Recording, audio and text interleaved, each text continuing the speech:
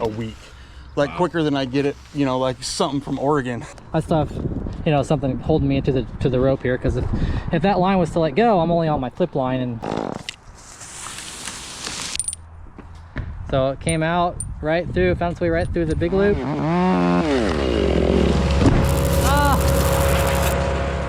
right, for this morning, I had like a mixed bag of jobs for the next 2 days. First one here is I'm gonna drive about 40 minutes north to go grind some stumps for a buddy, another tree service that called me up. He's kind of like feeling under the weather, so I'm gonna go grind these stumps for him. Maybe as a favor, maybe he's paying me, I don't know. I didn't really ask. I said, whatever you need, man, just let me know. I'm there for you.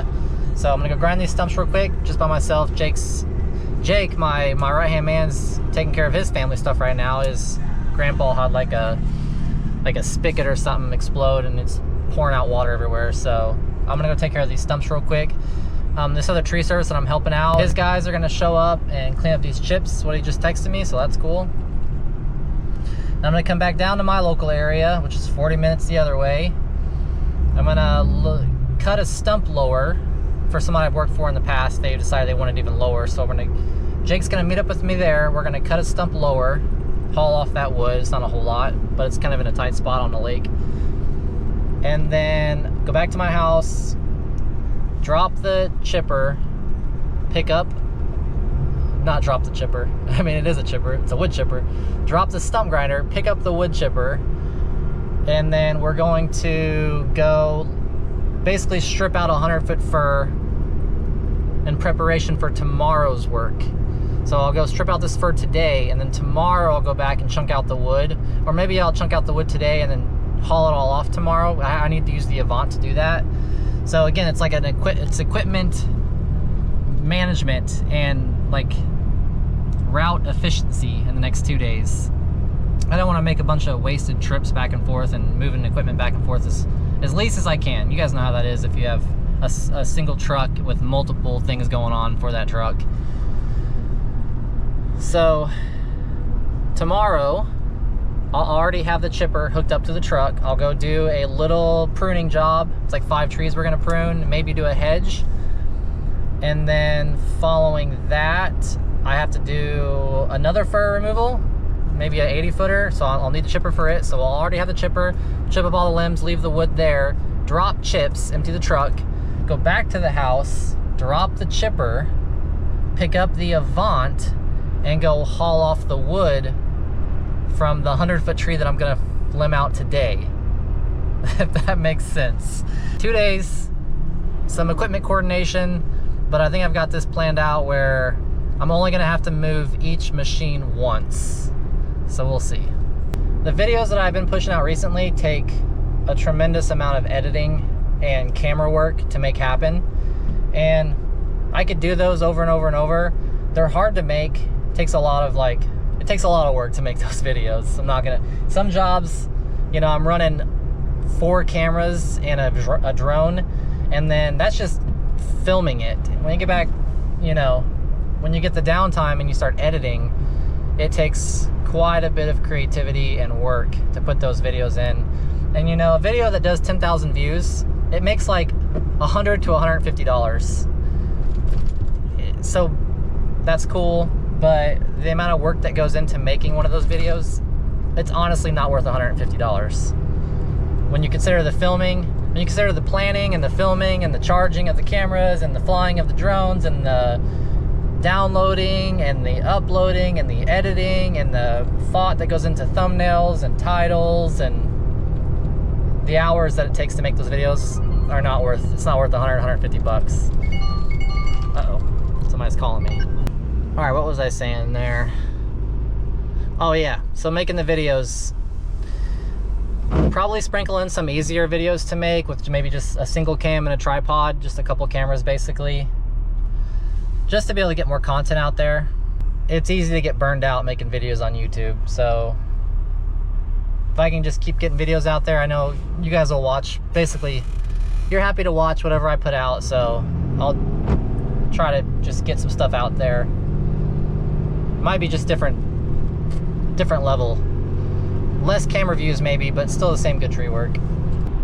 Your general overcast, rainy morning here in Olympia, Washington. I don't really love stump grinding in the rain because all like the dirt and mud gets kicked up under the machine and it gets kind of caked under there, and you got to go back later and wash it.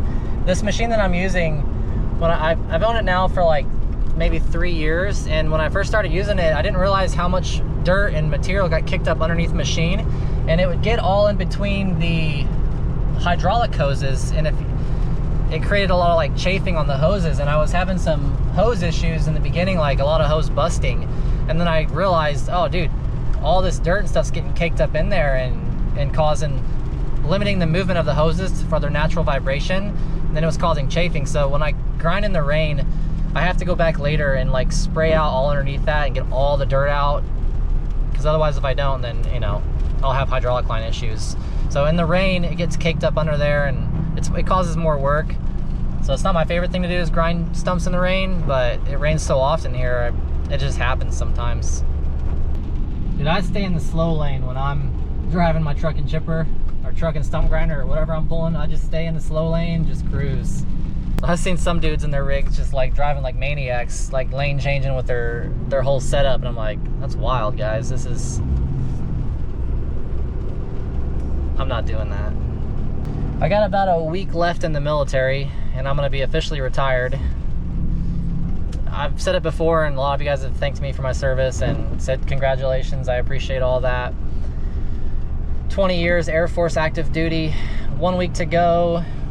And you know, the big thing is gonna be, what am I gonna do with all this extra time on my hands now?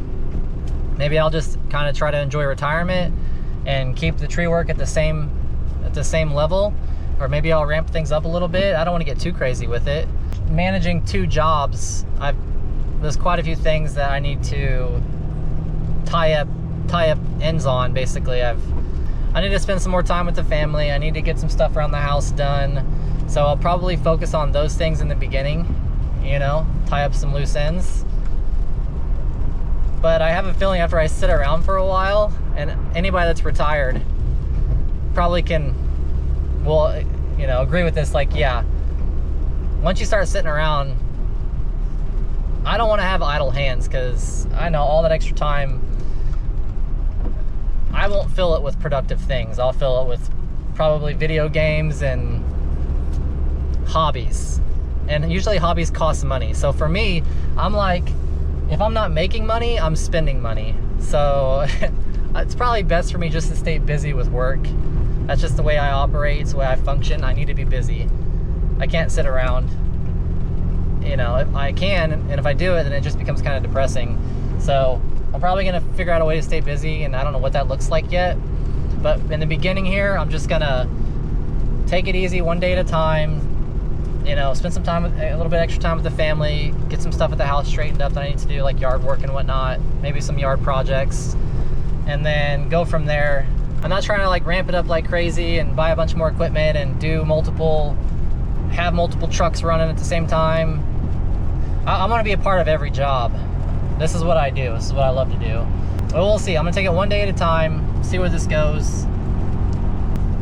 It's kind of weird, you know, once you've done something for so long, and it's not just the military, it can be anybody's career. And once you stop doing that, it's like, you don't know what to expect. You're happy to be done doing it, but at the same time, you're like, this is what I've done for most of my life. Now what? You know, like, what's the future look like now? And especially, it's like more confusing when it doesn't really matter what the future is. Like, you're fine, you're set, you don't have to worry about anything, but it's still a change, it's still a life circumstance change, and you're like, it's just weird. You're not worried, but it's like, dang, this is weird. I'm dropping something that I've been doing for my whole life, and it's like, now what, you know? So it's a weird thing to process. Specifically, if you've been a part of the military for your whole life, basically your whole adult life, and you're coming close to retirement, or you've retired, it's like, that's a very like institutionalized organization to be a part of. So when you drop in that, it's really, really weird. But personally, I'm not worried about my future or what I'm gonna do. Like, my business is already set up. I just need to keep doing what I've been doing to maintain, which is very simple. But what's next? Maybe there's nothing next. Maybe it's just the same thing over and over, and that's all right. But guys that like me, like A-type personalities, we're always pushing harder for something more. It's weird. It's a weird thing to process. It's really hard to even explain. To turn off the go-getter attitude and just be content where you're at. And I'm a follower of Christ. I'm a Bible believer, and I know contentment's really important, and I need to focus on that. I don't have to keep pushing more and more and more. I can just be content and be chill. That's totally fine. And I could do that. I don't have to do anything different than what I've been doing. It's all set up. I like to plan and have everything. I like to have long-term and short-term goals. And this long-term goal is just a question mark. And it's like I said, it's not a bad thing, but it's a weird thing. It's like, I don't have to do anything different, but I don't know how I'm gonna feel a few months from now when I haven't been working in the military and I've just been doing tree work. I don't know what it's gonna be like. And I can't imagine it in my head either. I can't visualize what it's gonna feel like or be like for some reason. So, I don't know. It's just interesting. I definitely think with the content, I would like to change it up a little bit. More personal. I'm always gonna be showing tree work, but I want to include more of me and what I got going on, probably. That way, if tree work does slow down, you know, you guys will be used to just seeing me and me talking about something or doing something, and it won't be such a weird shock. Again, my mind's just like, what's next, you know? So, bear with me. I'm figuring it out. I'm gonna try to keep it simple, because when things get complicated, they get weird. So keep it simple and just keep pushing one day at a time. All right, this stump grinder is the Bandit Bandit 2800 SP. It's a turbo diesel engine, 6-wheel drive. I don't know, the front wheels have 2 tires on them, and it turns in one motion. So does that count as 6-wheel drive? I don't know. I think it just counts as probably still 4-wheel drive, but it's got 6 wheels. Anyways, the grinder's a beast. I really like this thing. In 2008, it's got hours on it. Honestly, the hour meter doesn't work. I don't know how many hours it has on it, but it runs, and minus a couple blown hydraulic lines, it cuts, dude. It freaking just mows stumps over. I really like it, and I've looked at other stump grinders. Like, I've considered buying a new stump grinder, but to get one the size that I have, it would cost me $80,000 to $100,000. If I wanted something like $40,000, it'd be half the grinder. So I think I'm just gonna keep this one and keep replacing parts on it, whatever I need to. So far, it's just been hydraulic lines. But I mean, I really like the grinder. It's 35 inches wide, about 8 to 10 feet long. I think it's closer to 10 feet. And it's heavy. It's like 3,200 pounds. But it's so easy to operate, and it's got the remote controller, so I can get away from the machine and get, you know, all the angles I need to see when I'm grinding.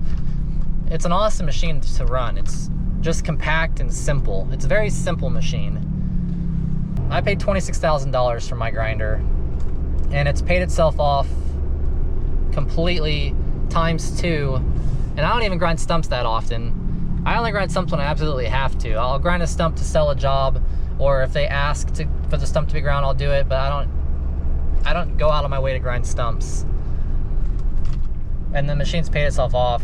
I think it paid itself off within a year and a half. I had made over the $26,000 just for stump grinding, and I tracked every job. I wrote down every job, how much money I had made, because I wanted to know, hey, when did this machine pay itself off? How long did it take? And it took about a year and a half, just stump grinding. And when I do my bids, I don't include stump grinding in my tree removal bid. I always do them separately. And number one, that keeps your bid lower. And number two, they don't always want stump grinding. A lot of people don't know about stump grinding. Number one, when you do a tree removal, sometimes they assume the stump's gonna be ground down. But usually, I just try to tell them, hey, I do my stump grinding bid separately. I'll cut the stump flat, low as I can get it. And if you decide that you want stump grinding, that's a separate service I can offer you. But I don't ever include it in my tree removal bid. I always do them separately. But yeah, the machine runs great. I have tomahawk teeth on it. I've replaced, I think I put a whole brand new set of teeth on it like year 2 just to do it. And now I'm just maintaining the teeth if I need to, but really the tomahawk teeth, they last forever. As long as you're not beating the machine to death, getting into like concrete and big heavy boulders, the teeth last. They don't wear out. The wood doesn't wear the teeth out. The rocks do, basically. So I usually clear away the outsides of my stump a little bit to make sure I get any big debris out before I go right to town grinding. But these teeth last forever. They're about, I don't know, $400 to $500 to replace a set. You don't have to replace a whole set at a time. You can replace individual teeth as you need. But I'm really impressed. I've tried other teeth with it too. At least one other different type, and it was not the same. These tomahawks are a beast. So if your machine will use a tomahawk, highly recommend. And I go through like Lombardi or Guardia or something. I can't remember the company. It's something like that. That's who I get the teeth from. And I've had no problems with that company. They've done a really good job. I usually don't drive 40 minutes away from my house to do tree work. Usually I stay within about 15 minutes of my house. So I've owned this truck. It's a 2023 Ram 5500 crew cab. I ordered it brand new, custom. I ordered the cab and chassis from Dodge, and then I ordered the box from another company and had it all shipped to Seattle. And in Seattle, they assembled the truck at a upfitter location. So I've had this truck now for a year and a few months maybe. And to give you an idea of how much driving I do, look at the mileage on it. It says, what, 5,400 miles in a year and a half. And I'm working every week. Multiple jobs every week. So that gives you an idea of, I usually don't drive very far. That's kind of the nice thing about being in a city. Oh, there's a truck and chipper over there. Dang, they had logs over there too. I wonder if that was a green chip truck, bucket truck with a yellow chipper. I wonder if that was Randy the Mandy. I think he lives in my local area. I've never been to his house, but if he has a yellow chipper, it looked like a Bandit. It was a green chip truck, bucket truck, and he had some logs out front. I wonder if that was Randy. It might be. I don't know. Do you guys know his name's actually Ryan? And I worked with him a few times. Maybe I worked with him once, I can't remember, but I was calling him Ryan and people were like, why are you calling him Ryan for? Sorry guys, it's his name. If you're new to this channel, I like to talk on my videos. I'm not the channel that does just cutting videos only and doesn't really talk. I talk a lot, so save yourself the time on putting a comment in saying you talk too much. Don't, just, not to be rude, but you'll probably have to watch someone else's channel because I talk a lot. And that's kind of what sets me apart from other channels, is that I do talk so much. I think there's another truck and chipper behind me.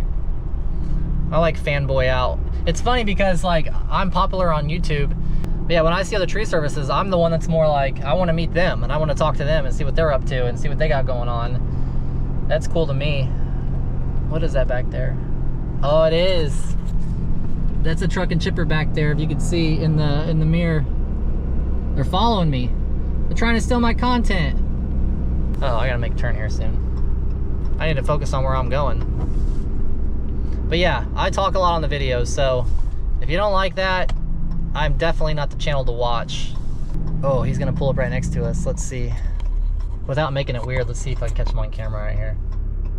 Oh, I can't do it. I can't do it.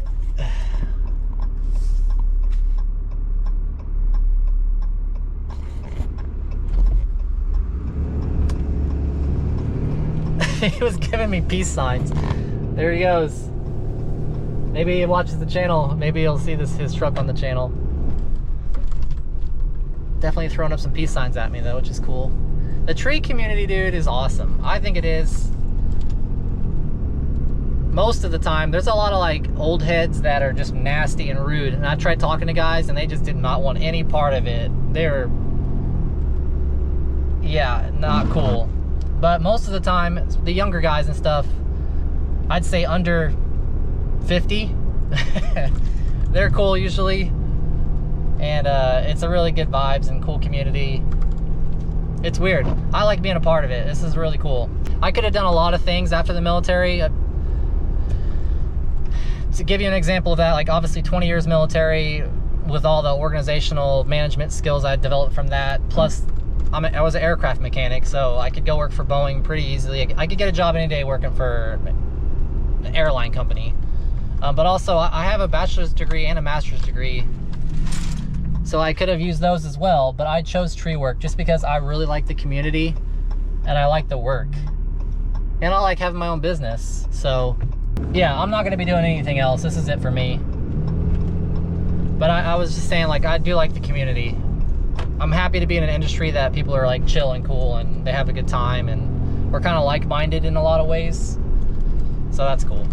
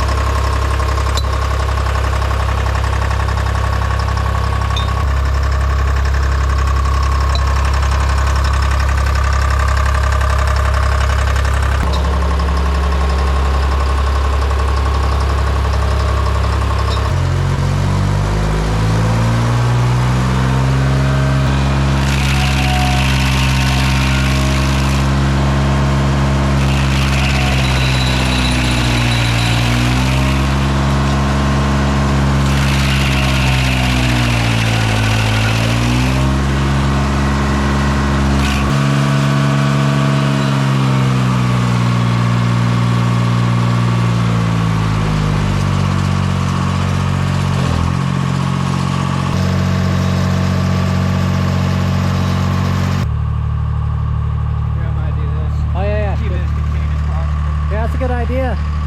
Greg's guys brought their own covers as well. I have this one, the Stein, that's like 3 long, but then they brought an extra couple corners as well. So we got this whole area like completely roped off. That's a lot of protection right there.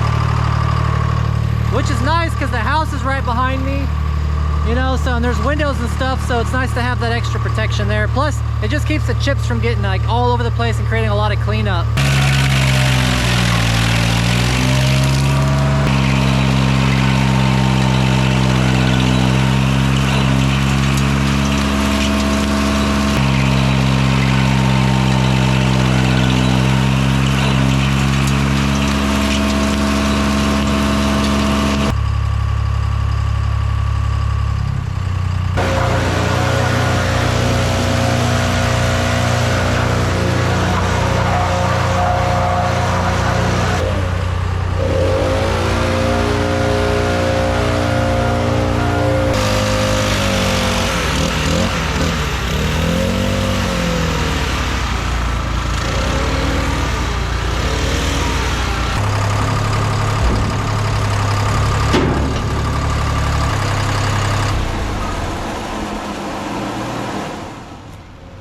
Well, there's the end, all cleaned up. It took us about, gosh, I can't even see. We got here at like 9, and with unloading and loading and cleaning and stump grinding and everything, it's been about an hour to get all that done. It's a lot. You guys want to see why I love living in the Pacific Northwest? Check out that view, guys. Puget Sound right there. Got some ferries over there. Drive your vehicles on across the saltwater sound. You probably can't tell on camera. Camera never does anything justice, but I'm originally from Missouri, Jefferson City, Missouri. My family lives in St. Louis. So for me to be out here in the Pacific Northwest, it's just a whole different scenery. It's so awesome. I knew that once I came out here, I was never gonna go back. So that's all right. You can see how many trees there are in my area. Dude, everything's covered in trees. They're everywhere, and they're big too. A lot of them are big. So I kind of feel bad for some other channels that live in an area with less trees, and they're not big, sorry. You guys just got what you got for content to make content out of. You don't have these mega trees like I do up here, so it's kind of unfair. If you had the same size trees and the variety and as many, you'd be making, your content would be probably a lot easier to make too. So it's I kind of have an unfair advantage for the content creators. So sorry about that, guys. My whole area is covered in 100-foot plus trees, and it's thick, and there's so many different types. We mostly cut down the evergreen trees, but you know, on occasion we get into the deciduous ones where a lot more rigging's involved. But look how dense the wood, this is a very busy area, but it's so dense in trees. I mean, they're just everywhere, so thick. And that's also why it's kind of funny when people get all freaked out when we cut down a tree. It's like, oh my gosh, you're cutting down a tree. Do you know how many trees we have here? Millions of trees in the city, everywhere. They grow like weeds here, so cutting down a tree is not that big of a deal when there are millions of them in a very small location. I'm at the second job now. We've been at this house plenty of times, a couple times on video. But I'm gonna run this 500i with a 28-inch bar. So I got the stump lower back here. Little Snatch showed up. Little Snatch. The boys. Here's the stump back here. We got the little dolly. I call it a dolly, but people up here in the Pacific Northwest call it a hand truck. So what the heck is a hand truck? It's nice and skinny to make it through this little area right here, but there's the stump right there. So this is a 28-inch bar. It's got the bigger dogs on it, but then you can see here the size of the stump compared to the bar. Well, it's 30 inches across, and we're gonna cut it down to here, just make it disappear.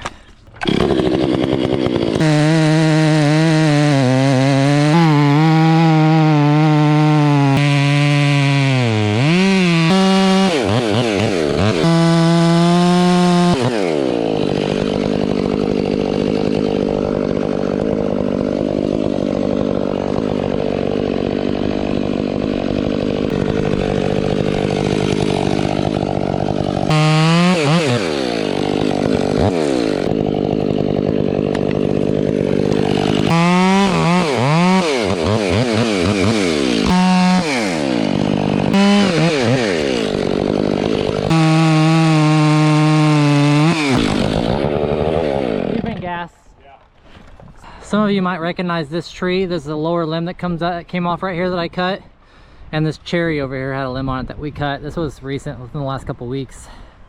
We're on the other side of it right now looking out, but we worked on these two trees. Wow, I don't see any spur damage on that tree. Troll.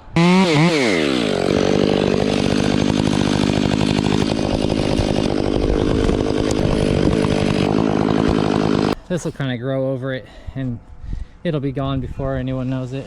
All right, we got to haul this wood out of here and get on to our fir tree. Little 100-footer we're gonna limb out today.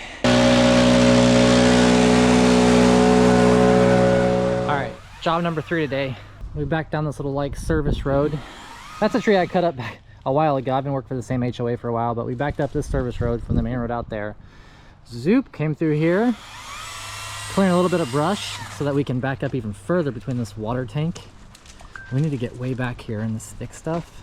We'll back up in here, and then the tree I'm going after is right there. Can you see it with the limbs that are dying out of it? This one right here. It's like a 100-foot stick, not super limby, but we got some crap to work through to get through it. So I brought a brush cutter. I bought a Stihl brush cutter 561, FS 561. It's like the biggest brush cutter that Stihl makes with a big metal blade on it. I'll use that and we'll mow over all these sticker bushes here. This blackberry, we'll cut up this log, get it out of the way, make kind of a clear path through here. That way I can get the wood out eventually We're trying to avoid going through their property to get this material out. It'd just be easier for us to come through here. Like, it's not easier now, but once we get this cleaned up, it will be. There'll be less cleanup and whatnot to do, little stuff, but all I want to do is limit today, and I'll probably zip line right through this little gap. I'll probably zip line right through here, right to Jake. We'll have the truck and chipper right here. But I'll zip line, and then since I'm up there, I'll just chunk this thing down, and we'll leave the wood over here. And tomorrow after I'm done using the chipper, I'll dump chips, leave the chipper at my house, and then bring the Avant back and then finish off this job with the Avant. Again, I'm trying to like use the equipment efficiently and not have to make a bunch of trips swapping equipment around, so I think that's gonna work.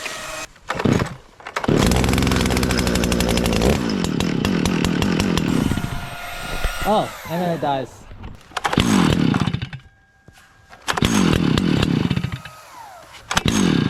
It's a still product, that's why it's hard to start.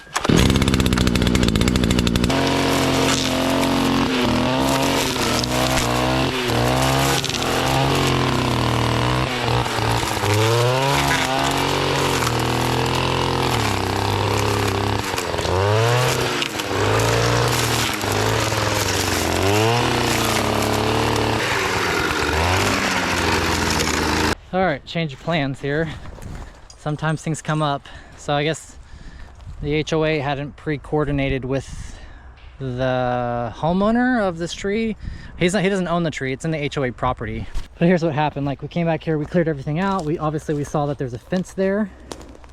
There's a couple fences. There was one here that says trashed, and we could move it out of the way, but then there was this other fence.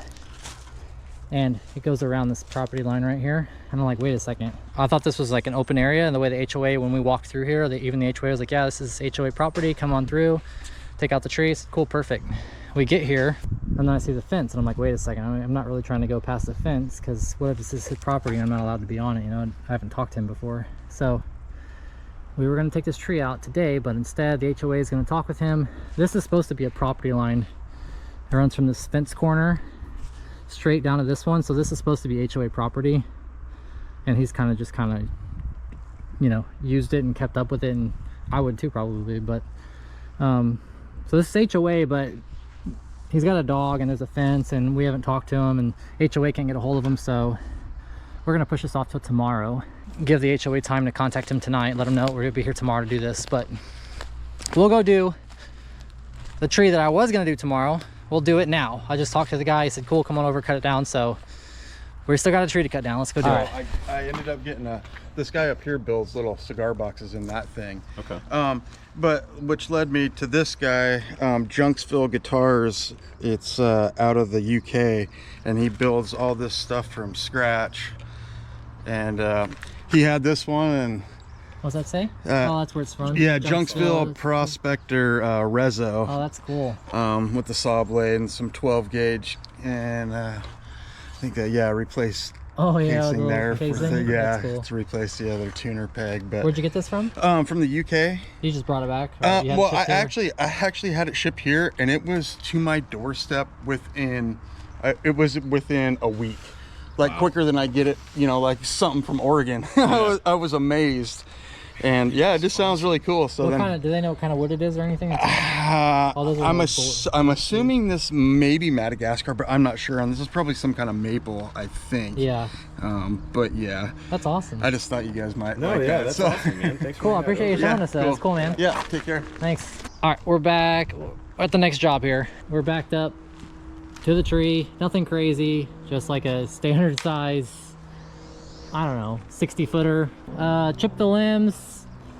I'm probably gonna buck up some of the wood, and that's really it. So it doesn't get much easier than this.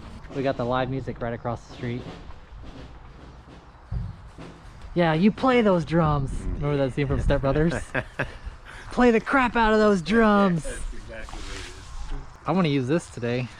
I haven't showed you guys this, but I'll talk about it later. He needs to play those drums. I was getting pumped for this tree. Yeah, there's a spigot here, and there's a spigot. That's a sprinkler head. They're making a bigger driveway here. That's why they're clearing this tree out, because they have a RV that's going to come here, like a big fifth wheel. So they're clearing all this out, and they're going to use this space for their, you know, the way they want to use it.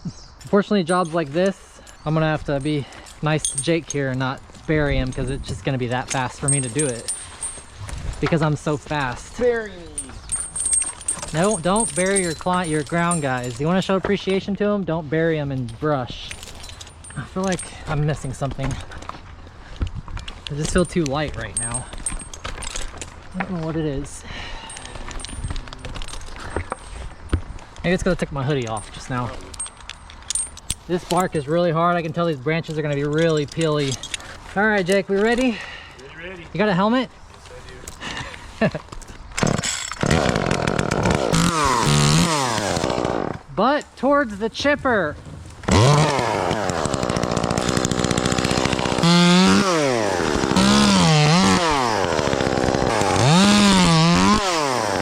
This tree's taller than I thought, probably maybe 80 feet. The problem is the better you get, the more you do them, they look smaller and smaller every time. It's like, oh yeah, no, I've done that 100 times.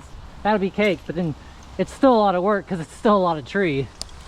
So it's easy to underestimate not the difficulty, but how much work it is.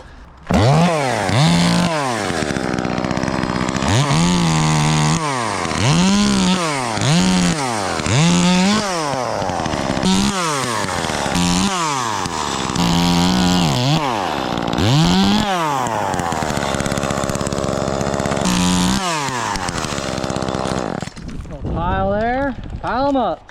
Once I get a little more height, I'll be able to flip these a lot easier too.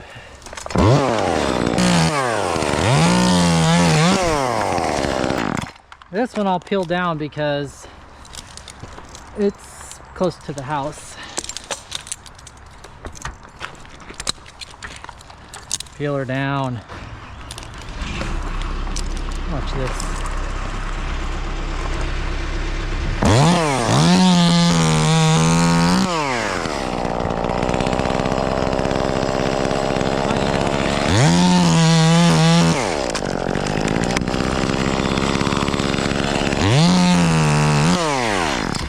Comes towards you, kind of, best I can.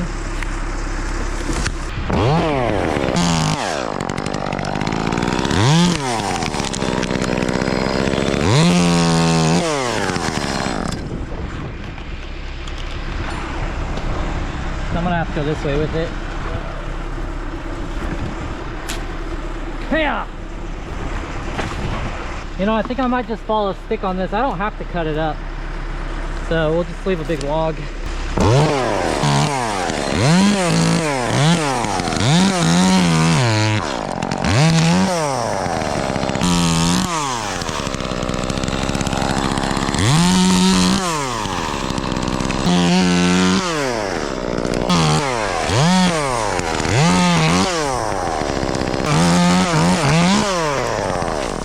at that. Whoop.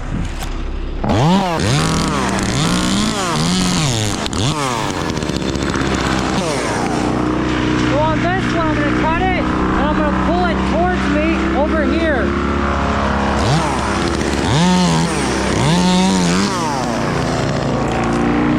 It's way out there. Pull it out here. Same thing.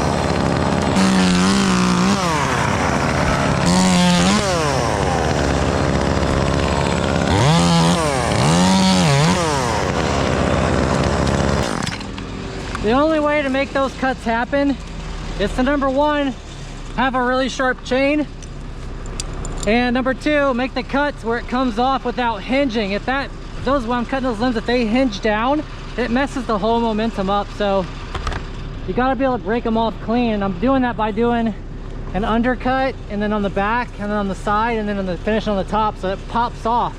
Because this stuff wants to hinge down. I need it to pop off to be able to float it where I want it to go. You saw me float like 4 of them there between the garbage cans.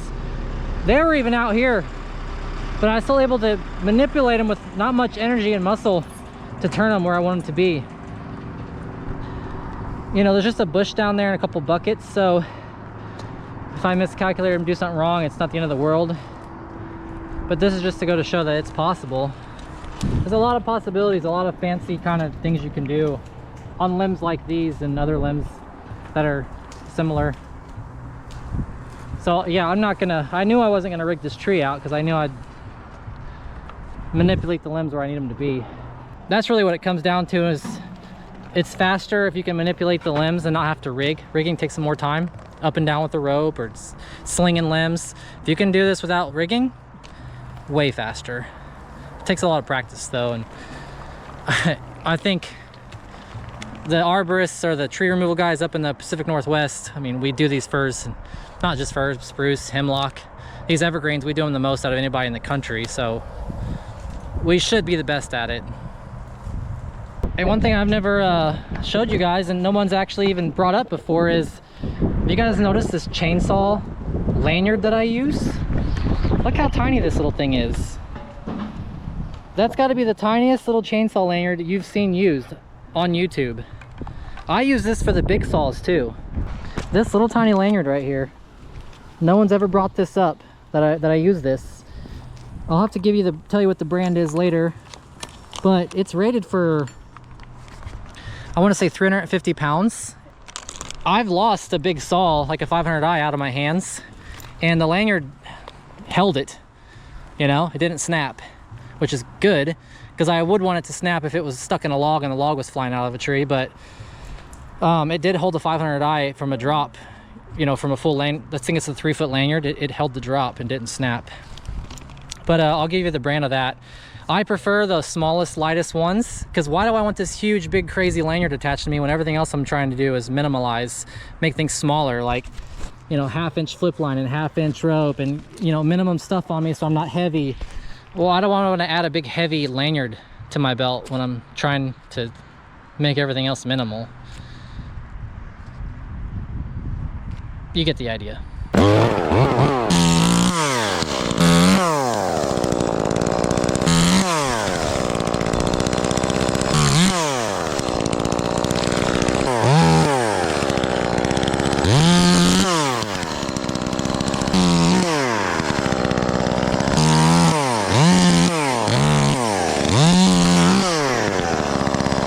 Clear.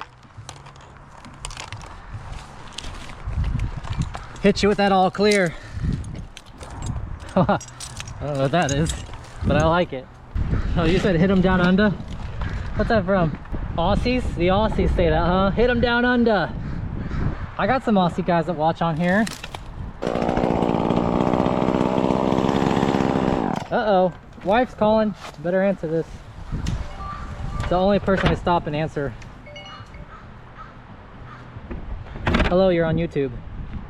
Oh gosh. Talk to me. I was just calling to tell you what happened and what they were saying. What were they saying? So they pumped the tanks. Uh-oh, okay. And they could still see that grainy stuff everywhere. Yeah. And then when they pumped it, they could see the drain-filled pipe, like water was flowing back out of that pipe. Okay. So it's obvious that it's backed up. Okay. And he said there was a whole bunch of that grainy stuff. Yeah, I saw it too. Coming from that pipe. So it's possible that that grainy stuff, that's where it's been coming from. Or I'm thinking that there could be like an intrusion somewhere and it's happening before it reaches the tank. Okay. You know what I mean? So either the field backs up and then the tanks back up and that grainy stuff has worked its way into the tanks. Uh-huh. or it's an intrusion Well, somewhere. we have the filter installed, so it shouldn't be backflowing from the septic field into the tank, because that's what the filter would stop it.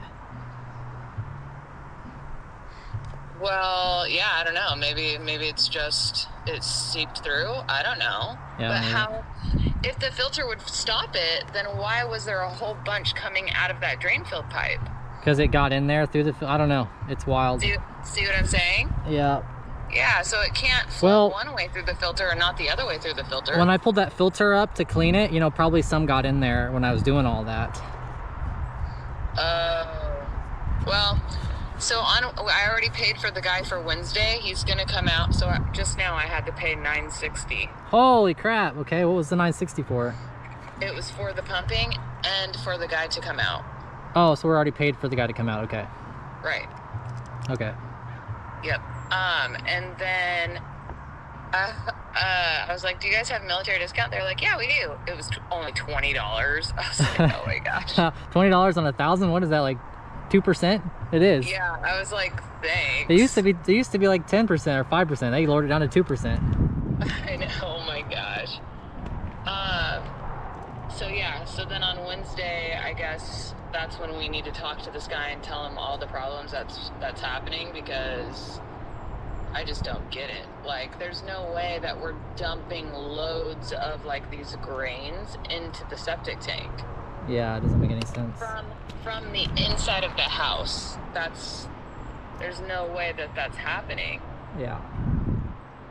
So, there has to be an intrusion, or it's coming back up from the field somehow. So anyway, he more than likely he'll use cameras. Okay. And well, the good news is there's 2 different things that he can do to fix the drain field without having to replace the drain field, you know? Mm-hmm. So I'm hoping it's one of those 2 things that he can do to fix the pipes. But he said, so worst case scenario, you're probably going to spend about $3,000 to $4,000 trying to fit, or fixing the pipes. But he said, if we can't fix the pipes, then you have to replace it, and then it's a lot of money, and they can't do that. Somebody else has to do it. Well, I guess I better go find some trees to cut down then.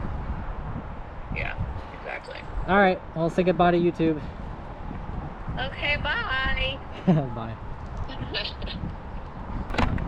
Time to dump. All right.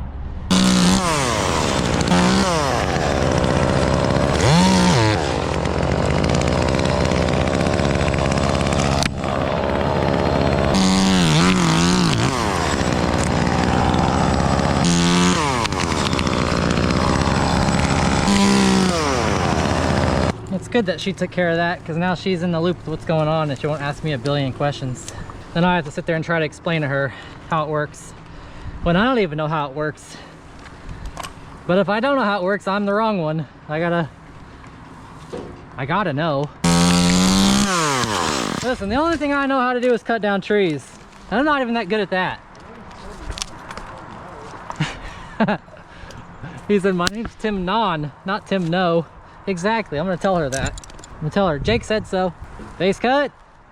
Just kidding. Sucker'd go backwards on me, the wind's blowing. Where's the wind blowing right now? Oh, it's blowing in a good way. It's blowing out here where I want it to go.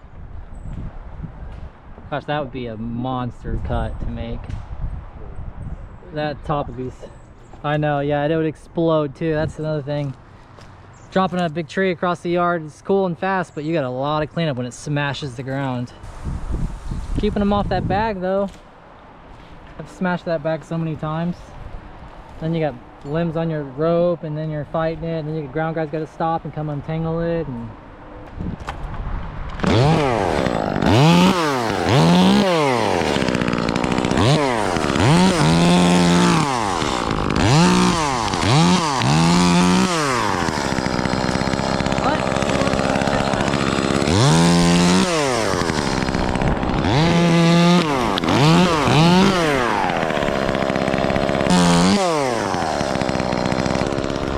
you know, I surprisingly do a bunch of two-hand cutting. Way more than I actually do have both hands on the saw when I can. But if I gotta manipulate a limb, then that's not gonna happen. But I do a lot of two-handed cutting.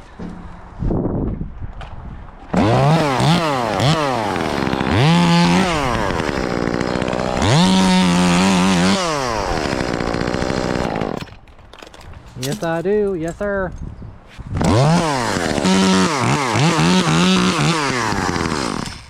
Yeah.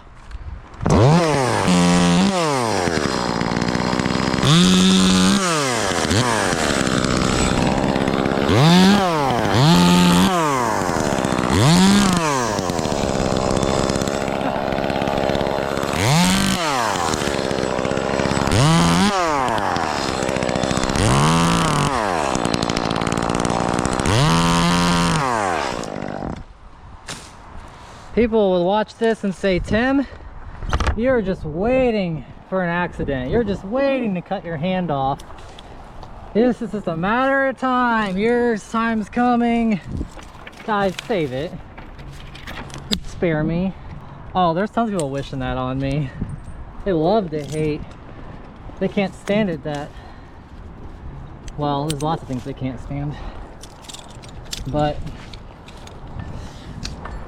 I've heard it all, guys. Just heard it all. Oh yeah, I know something else I wanted to talk about. The adjustable bridge. This was a conversation piece in a recent video I was watching. Stillborn was talking about it on his channel. Maybe someone else too, not just him, but they're talking about the pros and the benefits of an adjustable bridge. Like, what's the point? So right now I keep mine pretty far out.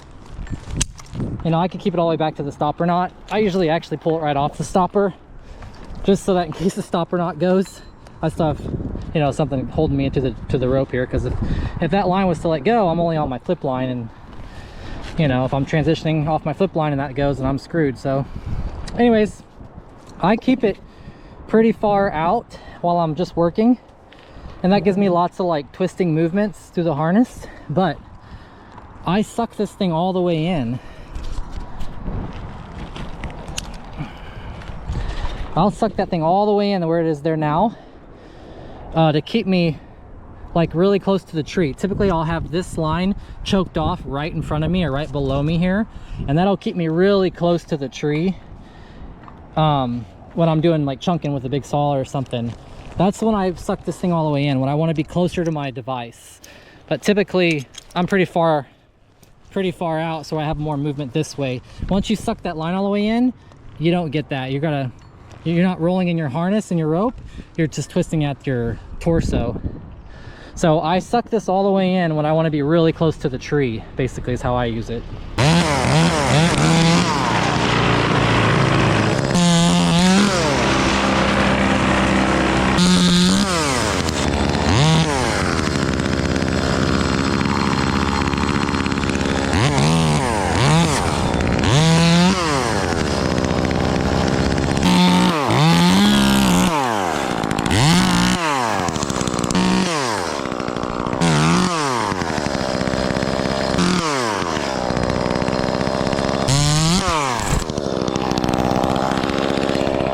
Clear.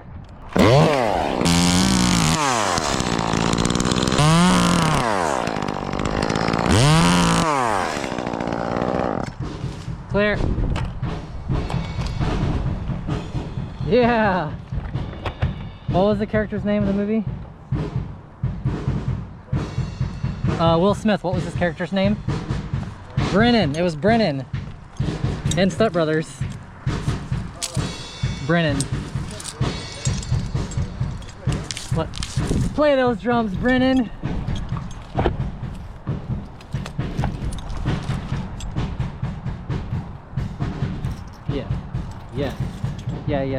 Yeah. I was dancing up here. I was feeling it. That was a good little beat. That sounds like Kiss. We're not gonna take it.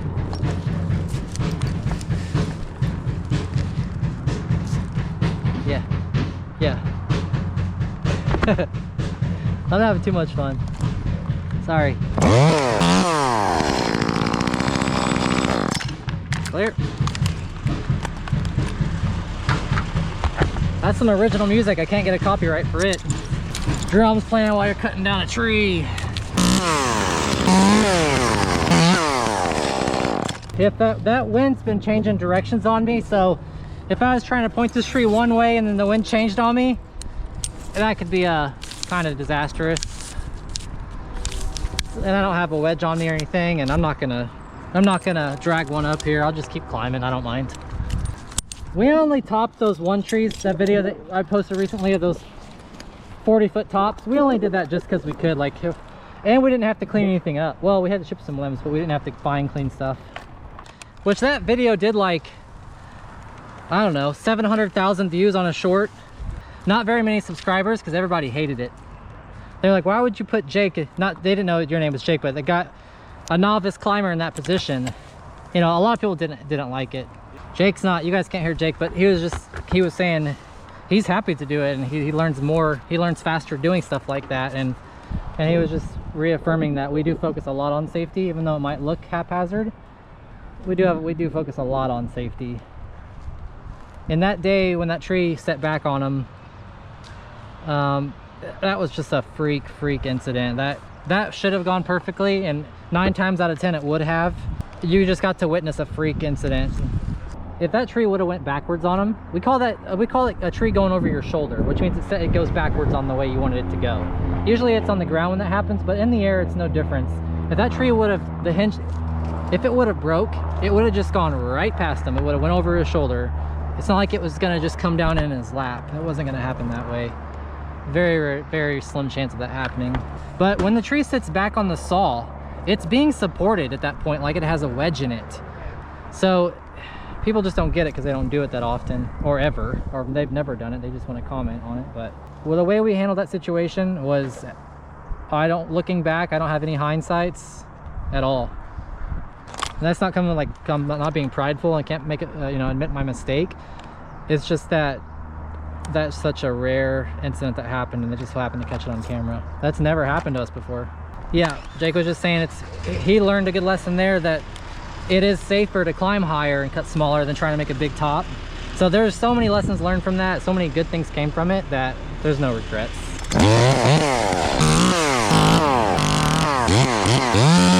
Towards the chipper.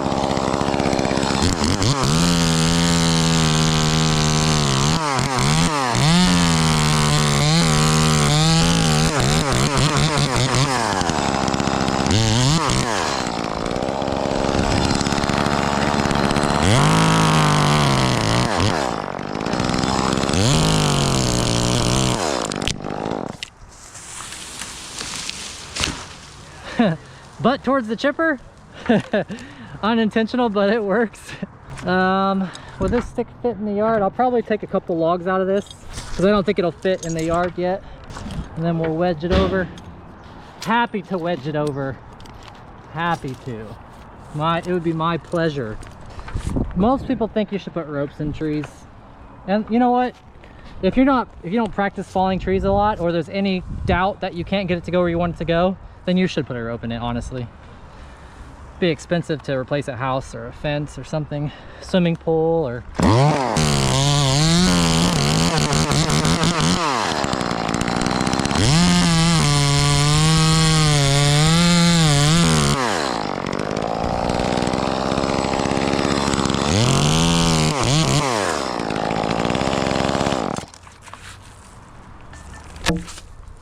Flat.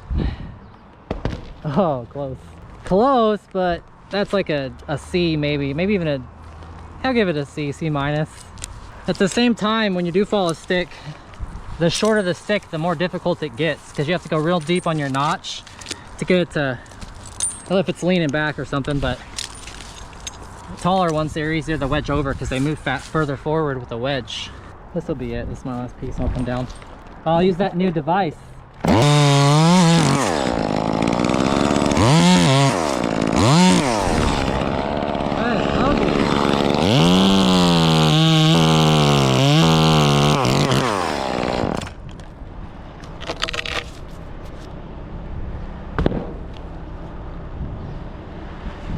That is the ugliest notch I've ever made, but guess what? Still works. That thing is wild right there. Okay, let's get this little device thingamadoodad out.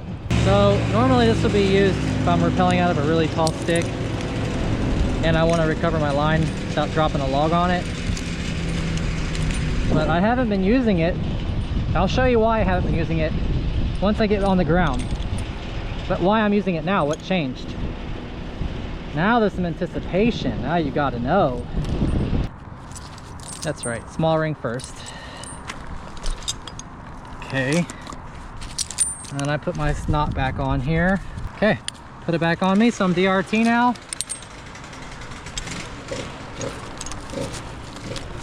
Weight check it, looks good. Coming down.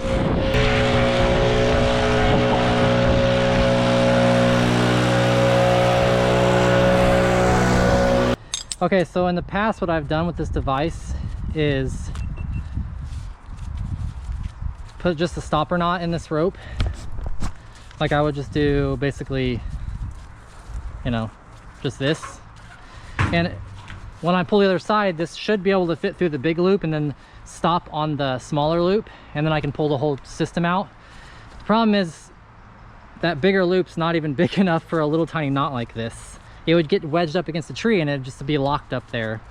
So what I did was, and we're trying this out for the first time, I bought this.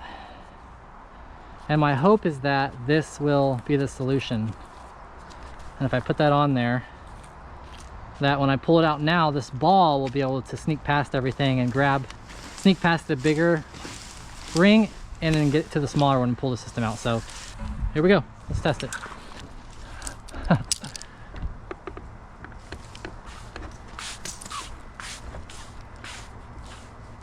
Did I do this backwards?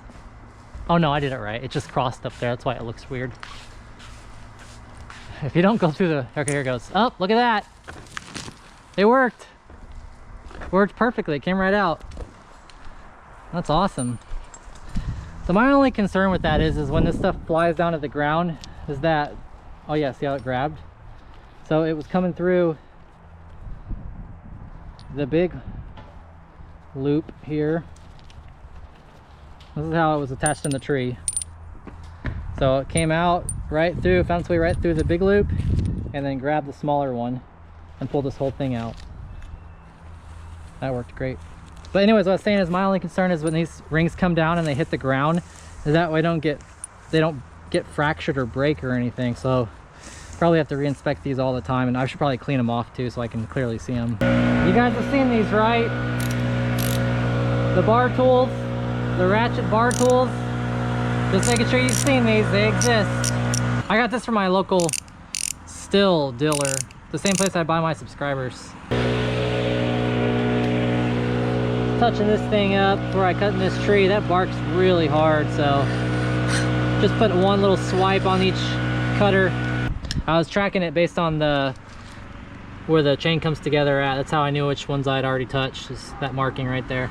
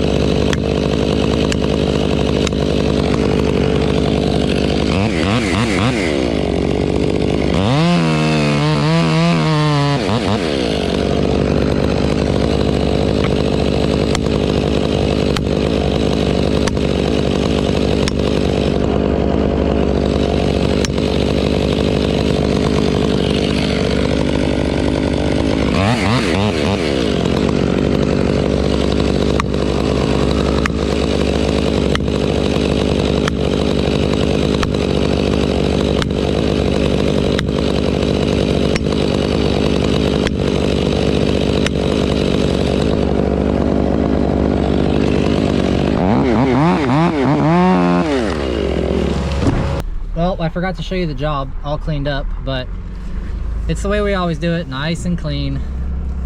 We're done for today. That tree that we just cut down was reserved for tomorrow. Like I said, the customer is flexible, let us do it today. That does throw off the flow plan of the equipment usage though. So tomorrow I'll have to go do some chipping, do a first job, which is some pruning, use the chipper, go to the second job, remove the tree that we were supposed to remove today, chip it, and then take the chipper back to the house, pick up the Avant, and go back to the job. So I worked hard mentally preparing the game plan of efficiency and it got a wrench thrown in it, so that's how it goes.